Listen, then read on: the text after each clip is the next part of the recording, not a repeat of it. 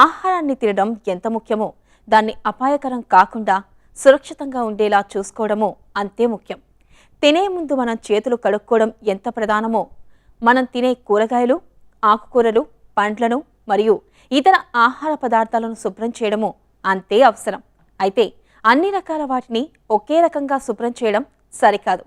పదార్థాన్ని బట్టి శుభ్రం చేసే తీరుతెన్ను ఉంటుంది. అది ఎలాగో ఇప్పుడు తెలుసుకుందాం.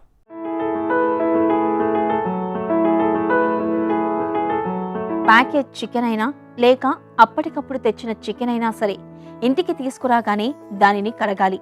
ఎట్టి పరిస్థితుల్లో పచ్చి మాంసం తినకూడదు. దాన్ని ఉడికించినప్పుడు మాత్రమే అందులో ఉండే బ్యాక్టీరియా నాశనం అవుతుంది. ఆకుకూరలను పెద్ద పాత్రలో వేసి నీరు, ఉప్పు వేసి కాసేపు ఉంచినట్లయితే పురుగులు ఉంటే బయటికి వస్తాయి. కోడిగుడ్డును కడగడం వల్ల జెమ్స్ తొలగించబడవు, బదులుగా వాటిని లోపలికి అనుమతిస్తుంది. గుడ్లను ఎల్లప్పుడూ రిఫ్రిజిరేటర్లో ఉంచాలి. వాటిని పూర్తిగా ఉడికించాలి. రెడ్ మీట్ నుండి అన్ని బ్యాక్టీరియాను కడగలేరు. రెడ్ మీట్లోని అన్ని బ్యాక్టీరియాను చంపడానికి సురక్షితమైన మార్గం కనీసం 145 డిగ్రీల అంతర్గత ఉష్ణోగ్రత వద్ద ఉడికించాలి. పుట్టగొడుగులు నీటిని పీల్చుకునే చిన్న స్పాంజులు మరియు దానితో పాటు బ్యాక్టీరియా ఉండవచ్చు. స్టోర్లో కొన్న పుట్టగొడుగులను తడిగుడ్డతో శుభ్రం చేయాలి. మెరల్స్ వంటి పుట్టగొడుగులను సేకరిస్తే వాటిని 30 నిమిషాలు ఉప్పు కలిపిన గోరువెచ్చని నీటిలో నానబెట్టాలి. అప్పుడు మురికిపోయే వరకు శుభ్రమైన నీటితో శుభ్రం చేసుకోవాలి. ప్రొద్దునే మనందరికీ టీ, కాఫీ, మిల్క్ తాగే అలవాటు ఉంటుంది. సో ఈ పాల ప్యాకెట్స్ అనేవి మనకి రకరకాల ప్లేసెస్ నుండి వస్తూ ఉంటాయి అన్నమాట. సో మనకి ఎయిర్ బోర్న్ ఇన్ఫెక్షన్ ఉండొచ్చు, లేకపోతే డ్రాప్లెట్ ఇన్ఫెక్షన్స్ ఉండొచ్చు, ట్రాన్స్పోర్ట్ అయ్యేటప్పుడు కింద పడిపోయి ఉండొచ్చు. సో దానిపైన కంటామినేషన్ అనేది మిల్క్ ప్యాకెట్స్లో ఛాన్సెస్ ఉంటుంది. సో మిల్క్ ప్యాకెట్స్ని మనము రన్నింగ్ వాటర్లో వాష్ చేసి దాన్ని కట్ చేసి యూస్ చేసుకుంటే మనకి మంచిది. అలాగే మనము బ్రేక్ఫాస్ట్ ఐటమ్స్ కానీ లేకపోతే రైస్ ఐటమ్స్ కానీ ఏవి యూస్ చేసినా కూడా మనకి బియ్యం అనేది మిల్లింగ్ ఎక్కువగా చేస్తారు. సో మనకి అవుటర్ కవరింగ్ ప్యాడీది వెళ్ళిపోయినప్పుడు మనకి ఎక్కువ న్యూట్రియంట్ లాసెస్ ఉంటాయి. సో మనము అన్నం వండినప్పుడు కూడా బియ్యంని ఎక్కువసేపు నానబెట్టి గట్టిగా కడిగితే దాంట్లో ఉన్న బి కాంప్లెక్స్ వైటమిన్స్ అన్నీ లీచ్ ఆఫ్ అయిపోతాయి.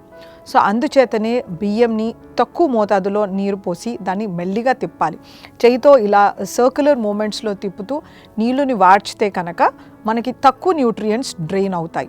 అలాగే మనము నిత్యం వాడుకునే పప్పు దినుసులు కానీ గింజలు కానీ ఇలాంటివి ఏవైనా ఆహారము ఫుడ్ గ్రెయిన్స్ వాడినప్పుడు లైక్ బీన్స్ కానీ కందిపప్పు, శనగపప్పు, పెసరపప్పు వీటిని నీట్గా కడిగి కాసేపు నానబెట్టి వండుకుంటే మనకి అందులో ఉండే ఇన్ఫెక్షన్ ఏదైతే ఉంటుందో అది బయటికి డ్రైన్ అవుతుందన్నమాట. అలాగే మన బొబ్బర్లు, అలసందలు, ఉలవలు వీటిని కూడా నీటిలో నీట్గా కడిగేసుకుని వాటిని నానబెట్టి వండుకుంటే మనకు ఎటువంటి నష్టం ఉండదు. చేపలు పౌల్ట్రీ మరియు రెడ్ మీట్ లాగే ఒకే వర్గంలో ఉంటాయి. మీరు దాన్ని కడిగితే వంటగది చుట్టూ బ్యాక్టీరియా వ్యాపిస్తుంది. దీనికి బదులుగా ఉడికించాలి. అవకాడో తొక్కను తినరు కాబట్టి మీరు దాన్ని ఎందుకు కడగాలి? ఎందుకంటే మీరు దాన్ని ముక్కలు చేసినప్పుడు మీరు పై తొక్క నుండి అవకాడోకు బ్యాక్టీరియా మరియు ధూళిని బదిలీ చేయవచ్చు.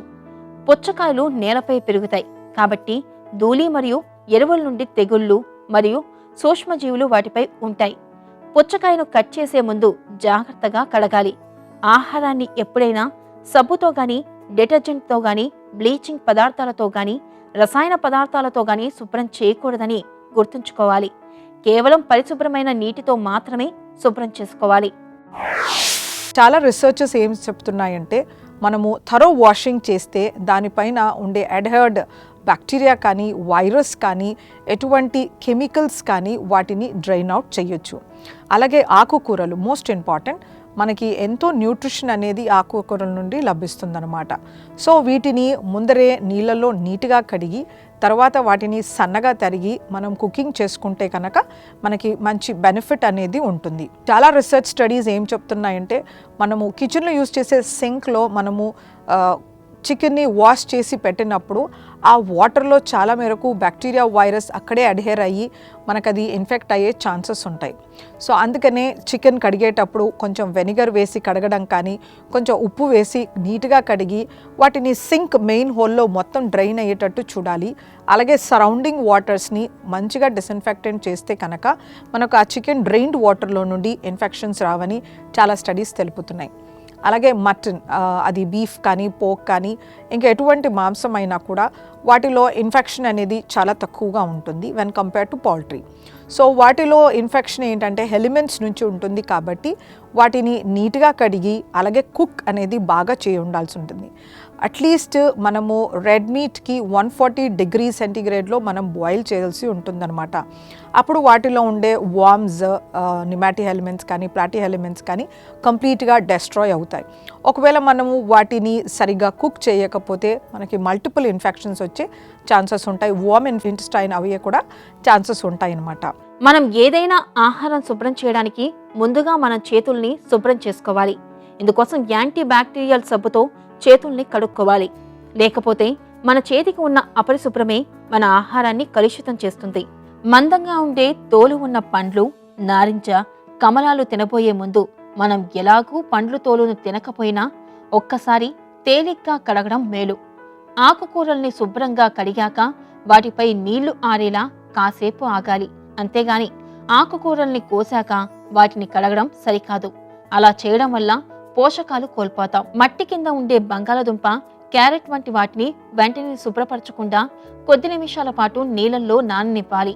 కాలీఫ్లవర్, బ్రకోలీ లాగా ముడతలు ముడతలుగా ఉండే పువ్వు కూరలను కాసేపు నీళ్లలో నాననివ్వాలి.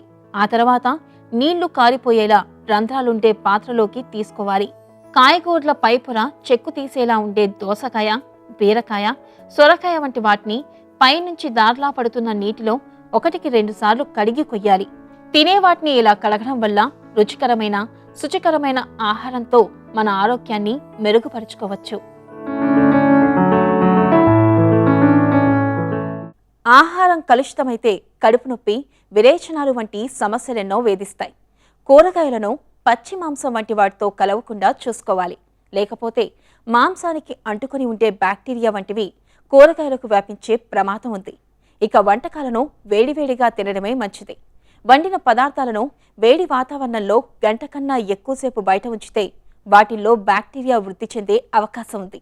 దీంతో అది కలుషితమై రకరకాల అనర్థాలకు దారితీయచ్చు.